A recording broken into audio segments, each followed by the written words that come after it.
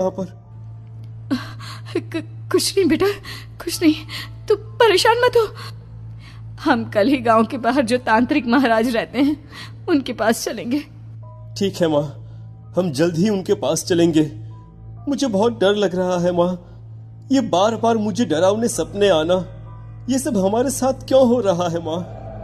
अगले दिन सविता अपने बेटे ऋषु को लेकर गांव के बाहर तांत्रिक के पास जाती है। जिस जगह पर तांत्रिक रहा करता था वो जगह बहुत डरावनी थी। चारों तरफ कंकाल और खूब भूतियां नजर आ रही थी।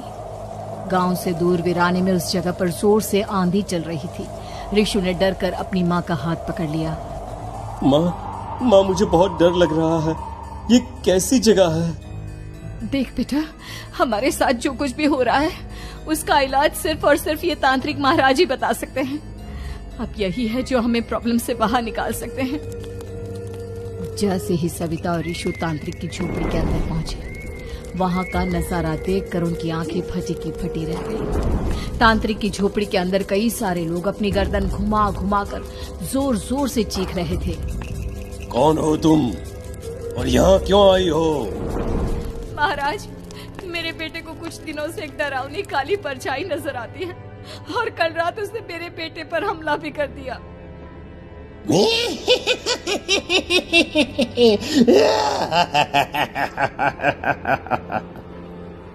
मम्मी हमें यहाँ से चलना चाहिए, ये जगह मुझे ठीक नहीं लगती।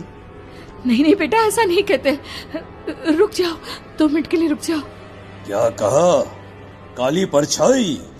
तुम्हारे बेटे पर किसी काली परछाई ने हमला किया? हाँ महाराज, वो कह रही थी कि वो मेरे बेटे को कुछ कर देगी। कोई उपाय बताइए महाराज, मेरे बेटे के साथ कुछ गलत नहीं होना चाहिए। तुमने किसी दूसरे के साथ गलत किया है तो तुम्हारे साथ भी गलत होकर ही रहेगा। तुमने किसी की जान ली है, किसी को मार डाला है तुमने। नहीं महाराज, मैंने ऐसा कुछ नहीं किया, मैंने किसी की जान नहीं ली। मुझे कोई उपाय बताइए। लगता है तुम इतनी आसानी से नहीं मानोगी।